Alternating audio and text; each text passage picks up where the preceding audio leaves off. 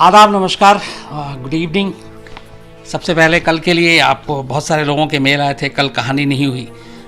उसकी वजह ये थी कि कल थोड़ी सी यूट्यूब पे कुछ टेक्निकल शायद प्रॉब्लम थी और उस वजह से कल सुबह से ही लगभग 10 से 11 बजे से और इस वजह से बाकी चीज़ों में प्रॉब्लम आ रही थी और लाइव जा नहीं सकते थे, तो कल की कहानी इसलिए मिस हो गई, लेकिन कोई बात नहीं। कल कहानी के साथ साथ मुझे कई चीज़ों के जवाब भी देने थे, खासतौर पे जो सीरिया की कहानी थी। उसके बाद मेरे पास न मालूम कितने ऐसे मेल आए जिसमें एक ही सवाल था कि शिया और सुन्नी के बीच का फर्क वो समझना चाहते हैं। आज मैं कहानी सुनाने के बाद कोशिश करूंगा कि आपको वो समझाऊं। सबसे पहले आज कहानी की बात टीजर आपने देखी हो। बहुत सारे ऐसे कम क्राइम होते हैं जो आपको बुरी तरह से अंदर तक झकझोर कर रख देते हैं और सोचने पे मजबूर कर देते हैं बहुत कुछ। आज की जो कहानी है वो वैसी ही है। ये वो क्राइम है जिसने एक साथ कई रिश्तों को लेकर सवाल खड़े किए, कानून को लेकर सवाल खड़े किए, जिंदगी और मौत को लेकर इस पर सवाल खड़े हुए। अदालत तक ये बात गई कि क्या जिस तरीके से हमारे कॉन्स्टिट्यूशन में, संविधान में हमें जिंदा रहने का या जीने का हक है, तो क्या उसी तरह से मरने का हक है कि नहीं। इस सवाल को भी अगर खड़ा किया किसी ने तो वो इसी केस ने कि एक इंसान जो जिंदा रहता है, जीता है, तो जीने का उसको हक है, लेकिन एक इंसान जब किसी तरह किसी ऐसे हालात में पहुंच जाए, बेहद मजबूरी हो, जहाँ जिंदगी जो है वो मुर्दे से भी बदतर हो जाए और आप एक लाश की तरह ही जिए, तो क्या ऐसी सूरत में उस इंसान को जीना चाहिए या फिर उसको उस तकलीफ से निजात दिला देना चाहिए। ये अपने आप में एक सवाल था। कहानी अरुणा शानबाग की है। आज अगर अरुणा शानबाग जिंदा होती तो इस वक्त उनकी उम्र करीब 50 और इधर 19, लगभग 70 साल के आसपास होती। लेकिन 23 साल की उम्र में ही जो जख्म झेला और जो कुछ हुआ, वो वैसा बहुत कब सुनने को मिलता है। एक ये भी कहते हैं कि शायद अरुणा शानबाग दुनिया की सबसे ज्यादा मुर्दे के तौर पर जीने वाली महिला थी, जो करीब 42 साल तक कोमा में रही। 42 साल तक सांसें चली, धड़कनें चल रही थी, लेकिन इसके अलावा बाकी सिर्फ जिंदा लाश थी। और ऐसा नहीं है कि अरुणा शानबाग के बाद इस देश में रेप या बलात्कार के घटनाएं नहीं रुकी, कम हुई, ऐसा कुछ नहीं है। लेकिन ये एक अजीब सी कहानी थी जिसमें सब कुछ बेहद अजीब था। कर्नाटका के हल्दीपुर एक इलाका है, वहां के उत्तर कन्नड़ इलाके में अरुणा शानबाग की पैदाइश होती है 1948-49 में, और 8 भाई बहन में एक अरुणा शानबाग। 8वीं तक पढ़ाई पर अपनी पूरी करने के बाद अरुणा कर्नाटक से मुंबई पहुंच जाती है। उनकी बड़ी बहन वहीं रहती थी और ये कर्नाटक से मुंबई आने के बाद नर्सिंग का कोर्स करना शुरू कर देती है और उस वक्त हॉस्टल में रहती थी। नर्सिंग की पढ़ाई पूरी होने के बाद मुंबई के ही किंग एडवर्ड मेमोरियल हॉस्पिटल, जिसको KEM हॉस्पिटल भी कहते हैं, ये BMC का है, बॉम्बे म्युनिसिपल कॉर्पोरेशन के तहत आता है। अब वहां पे वो जूनियर नर्स के तौर पर बहाल हो जाती है किंग एडवर्ड मेमोरियल हॉस्पिटल। और ये वक्त था जब वो वहां पे ज्वाइन की थी 1971 में वो ज्वाइन कर लेती है और फिर वही जूनियर नर्स के तौर पे काम करने लगती है। उस हॉस्पिटल में एक विंग था जिसमें कुत्तों के ऊपर जो दवा का एक्सपेरिमेंट होता है वो हुआ करता था। तो वो एक डिपार्टमेंट था जिसमें कुत्तों के ऊपर अलग अलग मेडिसिन का एक्सपेरिमेंट किया जाता था, और उसी डिपार्टमेंट में अरुणा शानबाग की जिम्मेदारी थी उन कुत्तों को दवा देने की। जो शुरुआती उनकी वहां पे नौकरी लगी थी, तो वो यही काम करती थी। इसके बाद उसी जगह पे जब वो काम वहां पे करती थी, धीरे धीरे चूंकि हॉस्पिटल में काम करती थी, एक रेजिडेंट डॉक्टर उनके साथ वो नजदीक आती है, करीबी होती है, दोनों में प्यार होता है और दोनों शादी करने का फैसला कर लेते हैं। 1973 का वक्त आ गया था, लगभग 2 साल हो गए थे काम करते हुए वहां पे अरुणा शानबाग। और उसी दौरान ये दोनों डॉक्टर जो थे वहां के रेजिडेंट डॉक्टर और अरुणा, ये दोनों शादी करने का फैसला, और इनकी शादी जो थी वो जो फिक्स होती है वो जनवरी 1974 में 1974, और लगभग 2 महीने के बाद दोनों शादी करने जा रहे थे। इसी दौरान जब ये जहाँ पे काम करती थी अरुणा शानबाग, वहां पे एक स्वीपर कम वार्ड बॉय वो भी काम करता था, सोहन लाल वाल्मीकि उसका नाम था। यूपी का रहने वाला था, मुंबई गया था, मुंबई में नौकरी की तलाश करते करते वो फिर किंग एडवर्ड मेडिकल हॉस्पिटल जो मेमोरियल में पहुंचता हॉस्पिटल में, और वहां वो दिहाड़ी की तरह के तौर पर काम करने लगता है। तो उसके काम की जिम्मेदारी ये थी, एक तो साफ सफाई और दूसरा जो कुत्तों वाला पूरा डिपार्टमेंट था वहां की साफ सफाई और सारी चीजें करनी। कुछ महीने से ज्यादा हो चुके थे उसको, सोहन लाल को वहां काम करते हुए, और इसके कई बार अरुणा शानबाग और सोहन लाल में लड़ाई भी हुई, क्योंकि अरुणा का कहना था कि वो एक तो काम अपना ठीक से नहीं करता, दूसरा जो कुत्तों के लिए खाना आता था उसके ऊपर ये भी इल्जाम था कि सोहन लाल उस खाने को चुरा लेता था जो कुत्तों के लिए लाया जाता था हॉस्पिटल में। तो इनकी काफी कई बार लड़ाई भी हुई। इसी बीच में एक वर्जन ये भी आया कि सोहन लाल की सास की तबीयत बहुत खराब हो गई थी और उसने अरुणा शानबाग से बोला कि उसे अपने गांव जाना, छुट्टी चाहिए। पर अरुणा शानबाग ने कहा कि तुम एक तो अपना काम ठीक से नहीं करते और ऊपर से फिर छुट्टी, अगर तुम छुट्टी पे घर गए तो तुम्हारी कंप्लेंट रिटर्न में कर दूंगी। तो एक वो भी गुस्सा। तो ये सारी चीजें थी तभी 27 नवंबर 1973 को, 27 नवंबर 1973 रात के वक्त करीब 8 बजे के बाद अरुणा शानबाग अपनी ड्यूटी पूरी करने के बाद हॉस्पिटल के बेसमेंट में जाती है कपड़े चेंज करने के लिए। जो नर्स के अपने उनकी यूनिफॉर्म थे उसको चेंज करने के लिए उनको वापस घर जाना था, और घर भी नहीं, हॉस्टल। तो जब वो कपड़े बेसमेंट में चेंज करने जाती है, वहां पे पहले से ही सोहन लाल मौजूद था, और जब अरुणा शानबाग कपड़े बदल रही होती है, सोहन लाल अचानक वहां पहुंच जाता है, और इसके बाद वो सोहन लाल जो है अरुणा शानबाग के साथ हाथापाई करता है, दोनों में झगड़ा होता है, और इसी बीच में वो उनके साथ जबरदस्ती करने की कोशिश करता है। और फिर चूंकि वो जहाँ पे ये पूरा जगह थी, जो कुत्तों को चेन से बांधते हैं, वो चेन एक उसके पास ऑलरेडी मौजूद था सोहन लाल के पास। तो वो कुत्ते के गले में डालने वाला चेन जो पट्टा है वो अरुणा शानबाग के गले में डाल देता है, और काबू पाने के लिए अरुणा शानबाग पर उस चेन को बहुत जोर से कस देता है गले पे, कोशिश करता है कंट्रोल करने की। तो जब वो चेन को गले में कसता है तो वो इत्तेफाक से इतना ज्यादा उस पर दबाव और जोर था कि गर्दन की जो नस है वो दब जाती है, खासतौर पर वो नस जो ब्रेन तक ब्लड की सप्लाई करती है, दिमाग तक जो खून भेजती है। तो उस नस के दबने से ब्लड सर्कुलेशन दिमाग तक पहुंचने से रुक गया, वो दिमाग तक पहुंच ही नहीं रहा, और उसी पल अरुणा शानबाग बेहोश हो गई। और ये कहते हैं कि उसके बाद उसने रेप किया अरुणा शानबाग और वहां से भाग गया। करीब 10-11 घंटे तक अरुणा शानबाग उसी हॉस्पिटल के बेसमेंट में उसी आलम में बेहोश पड़ी रही। सुबह एक जब दूसरा क्लीनर आया वहां पे, स्वीपर, और वो बेसमेंट में पहुंचता है तो उसने बेहोश अरुणा शानबाग को देखा, शोर मचाया, फिर फौरन लेकर आए, और चूंकि ऑलरेडी हॉस्पिटल ही था वो, इलाज शुरू हुआ।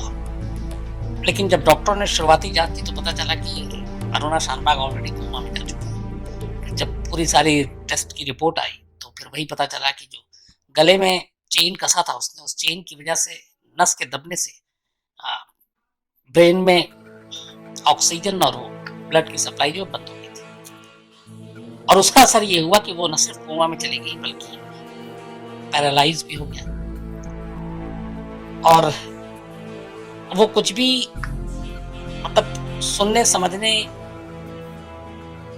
की जो शक्ति थी वो लगभग खत्म हो गई थी, और एक तरह से बस वो जिंदा लाश ही थी। अब जो जिनके साथ जिस डॉक्टर के साथ शादी होनी थी वो भी सुबह उनको खबर मिली, वो भी पहुंचे, और पूरा हॉस्पिटल, चूंकि अरुणा शानबाग एक तो अपने काम की वजह से वहाँ काफी मशहूर थी, मेहनती, एकदम नई यंग, तो लोगों को बड़ा शौक भी लगा। फिर धीरे धीरे ये खबर बाहर फैली। फिर मुंबई की जितनी नर्स थी उन्होंने एजिटेशन शुरू कर दिया, अपनी सेफ्टी और इसको लेकर मांग की। फिर सरकार ने उनको आश्वासन दिया। फिर पुलिस पर दबाव था किसी तरीके से। फिर चूंकि सोहन लाल के बारे में जानकारी थी, इन दोनों का झगड़ा, और सोहन लाल गायब हो गया था इस इंसिडेंट के बाद, तो सीधा शक उस पर गया। तो मुंबई पुलिस ने किसी तरह से सोहन लाल को फिर गिरफ्तार किया। इस इंसिडेंट के कुछ दिनों के बाद गिरफ्तार करने के बाद उसे कोर्ट में पेश किया गया, और अदालत ने सोहन लाल को सिर्फ 7 साल की सजा सुनाई। और किस जुर्म? एक अटेम्प्ट टू मर्डर और दूसरा रॉबरी। उसने जो अरुणा शानबाग ने हादसे के वक्त कान में बालियां और कुछ पहनने में थी वो उतार कर ले गया था। तो अटेम्प्ट टू मर्डर और सिर्फ रॉबरी के लिए, रेप और इन चीजों के लिए उस पर कोई मुंबई पुलिस ने ना सेक्शन लगाई, ना उस धारा में उसके खिलाफ मुकदमा अदालत तक ले गई, जिसका फायदा हुआ सोहन लाल को। सोहन लाल को अदालत ने 7 साल की सजा सुनाई, और 7 साल की सजा काटने के बाद वो जेल चला गया 7 साल की सजा। इधर अरुणा की हालत वैसी ही थी, धीरे धीरे वक्त भी था। अब चूंकि हॉस्पिटल बीएमसी में था, अरुणा कोमा में थी, तो एक और उसके ठीक होने की कोई निशानी, कोई डॉक्टर के हिसाब से कुछ ऐसा था नहीं, चमत्कार ही हो सकता था। तो वक्त बीतता जाता है। इधर जो अरुणा के जो फियांसी थे, जिनके साथ शादी होनी थी 2 महीने बाद उस डॉक्टर की, वो भी लगातार पहले हॉस्पिटल आता है। फिर धीरे धीरे वक्त बीतता है कि 1-2 साल के बाद भी अरुणा किसी को पहचान नहीं पाती, तो वो डॉक्टर भी वहां से फिर निकल जाते हैं, कहीं और जाकर अपनी नौकरी करते हैं। और 3-4 साल के बाद वो डॉक्टर साहब भी अरुणा को भूल जाते हैं, उस हॉस्पिटल में फिर उसे देखने नहीं आते। इधर फैमिली वाले शुरुआत में आते हैं, लेकिन अरुणा की जो बहनें थी मुंबई में, उनकी भी माली हालत ठीक नहीं, तो शुरू में तो देखने आते हैं। फिर जो पूरे फैमिली के लोग थे, भाई बहन सब, बाकी तो फैमिली कर्नाटक में थी, वो भी शुरुआत में कभी कभी आया। उसका तो उन लोगों ने भी धीरे धीरे एक जिंदा लाश से दूरी बना ली। और इस तरह कुल मिलाकर आप Aruna Shanbaug King Edward Memorial Hospital के वार्ड नंबर 4 के एक रूम में, एक बेड पे, एक जिंदा मुर्दा की तरह पड़ी रही। धीरे धीरे पूरी फैमिली ने भी छोड़ दिया।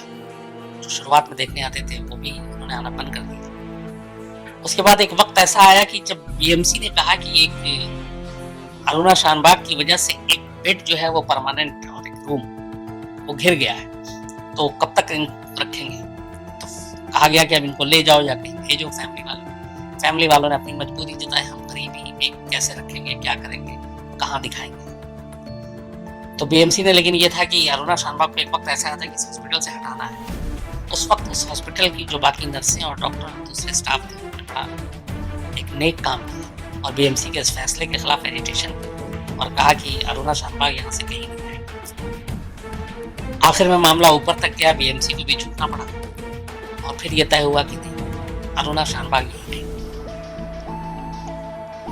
उन्हीं हॉस्पिटल की नर्सों ने आपस में तय किया कि वो डेली उसकी ड्यूटी निभाएंगे, क्योंकि ये वो पेशेंट थी जिससे आपको ना फीस मिलना था ना कुछ था, और वो खुद से ना चल सकती है, ना बोल सकती है, ना कुछ कह सकती है, ना इशारा दे सकती है। पर डॉक्टरों का कहना था कि वो एहसास कर सकती थी, बाकी कुछ नहीं। तो शुरुआत में तो उसको कई बार जब नर्सों ने उस कमरे से बाहर, जब थोड़ी ठीक, कुछ साल के बाद तो उस कमरे से निकाला उस वार्ड नंबर 4 से और कहा कि थोड़ा बाहर भी व्हील चेयर पे सैर कराते हैं बैठा कर। लेकिन 2-3 बार जब ऐसा हुआ तो चूंकि अरुणा शानबाग की ये पूरी कहानी मीडिया के जरिए हर लोगों तक पहुंच चुकी थी, तो हॉस्पिटल में जो भी पेशेंट आते या उनके साथ जो तीमारदार आते थे, जैसे ही वो अरुणा शानबाग पे नजर पड़ती थी अगर बाहर में, तो वो उंगली करके इशारा करके एक तरह से लोगों को बताते थे कि देखो ये है अरुणा शानबाग। तो कहते हैं जो उनकी नर्स थी कि जब कोई ऐसे उंगली करके उनकी तरफ इशारा करता था तो अरुणा शानबाग कोमा में होते हुए भी कहीं ना कहीं अंदर से एहसास होता था कि ये उसके बारे में बात कर रही है और शायद उसी इंसिडेंट के बारे में बात कर रही है, तो वो बेचैन हो जाती थी।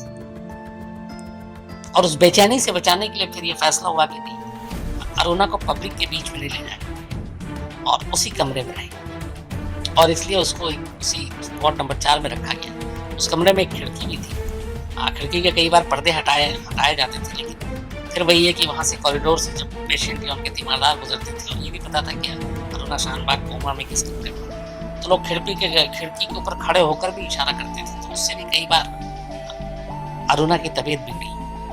तो फिर ये तय हुआ कि उस खिड़की पे भी कटन लगा दिया।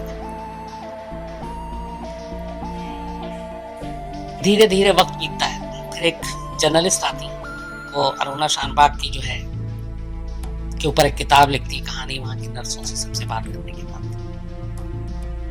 और 2011 में, मतलब इस इंसिडेंट के करीब 34-35 साल के बाद सुप्रीम कोर्ट में वो एक अर्जी देती है कि अरुणा शानबाग को इच्छा मृत्यु की इजाजत दी जाए। यूथेनेशिया जिसे कहते हैं हम लोग, मर्सी किलिंग भी कहते हैं। और उसकी तर्क ये दी गई कि वो करीब, चूंकि 11 में जब ये हुआ था आज से 8 साल पहले, तो आप मानिए 42 में से 8 आपके 34 साल हो चुके थे कि वो एक जिंदा लाश है और तकलीफ में है, अपनी तकलीफ बता भी नहीं सकती है। तो सुप्रीम कोर्ट में मामला चलता रहा। इधर इन लगातार सालों में जो जितनी नर्स थी उन लोगों ने ड्यूटी बना रखी थी अरुणा शानबाग की देखभाल करने की। इस दौरान में उनके बाल बनाए जाते, उनके नाखून बढ़ते, नाखून, कपड़े बदलना, बेडशीट बदलना, नहलाना कभी कभी, और टाइप के जरिए वो खाना देना, ये सारी तीमारदारी चलती रही। और वक्त बीतता गया और उन तमाम हॉस्पिटल के स्टाफ के साथ एक रिश्ता बन गया अरुणा शानबाग, और वो एक फैमिली मेंबर से। और 1 जून को जब अरुणा शानबाग का जन्मदिन आता था, तो हर इन 42 सालों में 1 जून को अरुणा शानबाग के कमरे में बाकायदा एक छोटा सा बर्थडे सेलिब्रेशन होता था, जिसमें अरुणा शानबाग को लता मंगेशकर की आवाज और उनके गाने बहुत पसंद थे, तो उनके फेवरेट गाने म्यूजिक सिस्टम बनाकर चलाया जाता था। इसके अलावा फिश करी पसंद थी, तो फिश करी थोड़ा सा मुंह पे टेस्ट कराया जाता था उसका करी। ये सब करके थोड़ा की चीजें बदले, लेकिन ये एक रूटीन में शामिल थी। तो इधर ये सब कुछ चलता रहा, लेकिन हालात बदले नहीं। वो जैसे पहले दिन थी 1973 में 27 नवंबर की रात से, वैसे ही धीरे धीरे जब वक्त बीता, लेकिन अरुणा शानबाग की हालत में कोई तब्दीली नहीं है। इस बीच में इस पिटीशन पे सुप्रीम कोर्ट ने फिर फैसला सुनाया और सुप्रीम कोर्ट ने मर्सी किलिंग की इजाजत देने से मना कर दिया। और उसमें तर्क यही दी गई कि ये पहली बार, उसके बाद ये मुद्दा उठा बहुत जोर शोर से कि क्या एक इंसान को ऐसी हालत में ऐसी जिंदगी से निजात दिलाने के लिए मौत की इजाजत क्यों ना दी जाए। तो इसके ऊपर लेके बहुत सारी बहस हुई थी, लेकिन इस पे जो कोर्ट ने अपना फैसला सुनाया, उसने ये फिर जो कहा था वो ये था कि हमारे जो आर्टिकल 21 है कॉन्स्टिट्यूशन, उसमें हमें जीने के अधिकार दिए गए। तो अगर हम किसी को मर्सी किलिंग या यूथनेशिया इसकी परमिशन दे देते, तो फिर इस आर्टिकल 21 का उल्लंघन होगा, क्योंकि हम उसे मरने के लिए नहीं कह सकते। और दूसरा इसमें एक ये भी सवाल उठा था कि अगर ऐसी इजाजत दे देते तो इससे जो सुसाइड को लेकर हमारे यहाँ कानून, ये उस कानून का भी वायलेशन होगा। तो इस वजह से फिर सुप्रीम कोर्ट ने अरुणा शानबाग को इच्छा मृत्यु देने से मना कर दिया था। हालांकि उससे पहले कोर्ट ने यह भी कहा था कि डॉक्टरों की एक पहले रिपोर्ट आ जाए, सब कुछ देख लेते हैं। अच्छा, फैमिली की परमिशन ज़रूरी होती है, लेकिन फैमिली वाले कोई थे नहीं, हॉस्पिटल के स्टाफ, नर्सिंग फैमिली थी एक तरह से। और फिर डॉक्टरों की रिपोर्ट आई जिसमें ये था कि वो कोमा में है, लेकिन सांसें चल रही हैं, धड़कनें चल रही हैं। तो लास्ट में फिर सुप्रीम कोर्ट ने इजाज़त देने से मना कर दिया, और ये बात है 2011 की। इसके बाद 7 साल और गुजरते हैं, नहीं 7 नहीं 4 साल, और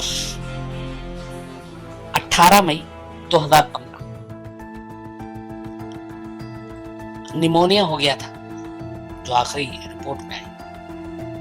और 18 मई 2015 यानी कोमा में जाने के बाद ठीक 42 साल के बाद 18 मई 2015 को अरुणा शाहनबाग की उसी हॉस्पिटल में मौत हो जाती है जहां वो नौकरी करती थी, जहां उनके साथ रेप हुआ, जहां उन पे हमला हुआ, और जहां के वार्ड नंबर 4 के कमरे में 42 साल एक बिस्तर पर एक जिंदा मुर्दा के तौर पर 18 मई 2015 को आखिरकार धड़कनें भी बंद हो जाती हैं, वो सांसें भी थम जाती हैं। इसके बाद अचानक फिर उनकी 2 रिश्तेदार सामने आती हैं, वो कहती हैं कि इनका अंतिम संस्कार हम करेंगे। इसके बाद किंग एडवर्ड मेमोरियल हॉस्पिटल की नर्सें एक साथ खड़ी हो जाती हैं कि नहीं, ये हमारे रिलेटिव है, अरुणा हमारे रिश्तेदार, 42 साल तक हम लोगों ने इसकी देखभाल की, इसलिए इसके अंतिम संस्कार का हक सिर्फ हमें होना चाहिए। ये मामला फिर सरकार पुलिस तक गई, और कोई कानूनी इसमें अड़चन ना आए, इसलिए एक बीच का समझौता निकाला गया कि 2-3 रिश्तेदारों को भी कहा गया कि आप इजाज़त है शामिल हो जाइए, लेकिन आप साथ ही मिलकर अंतिम संस्कार करें। तो सारी तैयारियां, सब कुछ पूरा किंग एडवर्ड मेमोरियल हॉस्पिटल के तमाम स्टाफ, जूनियर से लेकर सीनियर तक, सब ने बड़ी तब बुझे दिल से भारी गम के बीच अपनी 42 साल पुरानी मेहमान को हॉस्पिटल से विदा किया, उनका अंतिम संस्कार। और इस तरीके से 23 साल की उम्र तक होश में रहने वाले और अपने उम्र से 2 गुना मतलब 42 साल मुर्दा होकर जिंदा रहने वाली अरुणा बख्श, अरुणा की कहानी खत्म होती है। ये एक चैप्टर था। अब इधर दूसरी इसी के साथ 2 कहानियां और थी। एक, जिस डॉक्टर के साथ 2 महीने के बाद शादी होनी थी, वो डॉक्टर अरुणा शाहनबाग के साथ इसके हादसे के अगले 2-3 साल तक हॉस्पिटल में चक्कर काटते हैं, देखते हैं। खुद भी डॉक्टर थे, शायद उन्हें पता था कि क्या होगा, और इसलिए इस हॉस्पिटल का रुख करना भूल जाते हैं, और उस हॉस्पिटल के साथ साथ अरुणा को भी भूल जाते हैं। और करीब 5 साल के बाद, 7 साल 73 में हुआ था, 78-79, वो डॉक्टर साहब अपनी एक नई जिंदगी बसाते हैं, शादी करते हैं। अभी उनकी उम्र करीब 72-73 साल है। मुंबई में ही एक जगह वो अपनी क्लिनिक चलाते हैं, और एक इंटरव्यू में उन्होंने कहा था कि वो बेशक अरुणा को छोड़कर उससे दूर हो गए, क्योंकि उनकी हालत देखी नहीं गई और कुछ बचा नहीं था। इसलिए उन्होंने कहा अपनी नई जिंदगी शुरू करेंगे, लेकिन अरुणा के बारे में जब जहां कोई भी खबर छपती थी, हमेशा उसको फॉलो किया। लेकिन खैर, एक तरफ जिसके साथ 2 महीने के बाद शादी होनी थी, उसने दूरी बना ली। जो अपने रिश्तेदार थे, चाहे वो गरीबी, पैसे, मजबूरी, उन लोगों ने भी दूरी बना ली, और वो वार्ड नंबर 4 में बिल्कुल तन्हा अकेली उन्हीं नर्सों और उन्हीं अपने साथी बनी के साथ थी। तीसरी कहानी इधर चल रही थी कि जब ये पकड़ा जाता है सोहनलाल वाल्मीकि, इसके बाद 7 साल की सजा होती है। 7 साल की सजा काटने के लिए इसको पुणे के येवदा जेल भेजा जाता है। वहां से ये करीब 82-83 में रिहा हो जाता है, और रिहाई के बाद ये गायब हो जाता है। कई लोग इसको तलाशते हैं, कई कहानियां आती हैं, कुछ कहते हैं कि दिल्ली के हॉस्पिटल में आकर इसने दूसरे नाम से काम करना शुरू कर दिया। एक कहानी आती है कि उस टीबी एड्स की वजह से उसकी मौत हुई, लेकिन उसका कुछ पता नहीं चलता। इसी बीच में जब 2015 में अरुणा शाहनबाग की मौत हो गई, तब मुंबई के एक मराठी न्यूज़पेपर का एक रिपोर्टर, उसको कुछ क्लू मिलता और वो तलाशते पहुंचता है हापुड़, यहाँ दिल्ली से मुश्किल से 1.5 घंटे का रास्ता है। अब वहाँ का एक गांव है, उस गांव में सोहनलाल को ढूंढता है और सोहनलाल से मिलता है। सोहनलाल की कोई मौत नहीं हुई थी, कुछ नहीं हुई। वो हॉस्पिटल के बाद, जो जेल से रिहाई के बाद, वो यूपी पहुंचता अपने घर, और अपने घर के बाद अपने ससुराल पहुंच जाता है और ससुराल में ही रहता है। इस दौरान जब वो जेल में था तब उसकी एक बेटी की मौत हो गई बीमारी की वजह से। उसे ये लगा था कि शायद जो उसने बुरे काम किए ये उसका अंजाम था, और हालांकि उसने ये कहा कि इस हादसे ने उसको झकझोर दिया। इसके बाद उसने सिगरेट, शराब, बीड़ी, नॉन वेज ये सब कुछ छोड़ दिया। लेकिन अरुणा की उस चीज़ ने उसका कभी पीछा नहीं छोड़ा। हालांकि वो आखिर तक यही कहता रहा कि उसने लड़ाई की थी, उसने गले में वो चेन कसा था, बट रेप नहीं किया था। ये उसका आखिरी दावा। तो यहाँ आता है, अब यहाँ पर उसने एक किसी फैक्ट्री में दिहाड़ी मजदूर की तरह काम करना शुरू किया, और उसके बाद उसके 2 बेटे हुए, एक बेटी और उसकी पत्नी। ये सारे लोग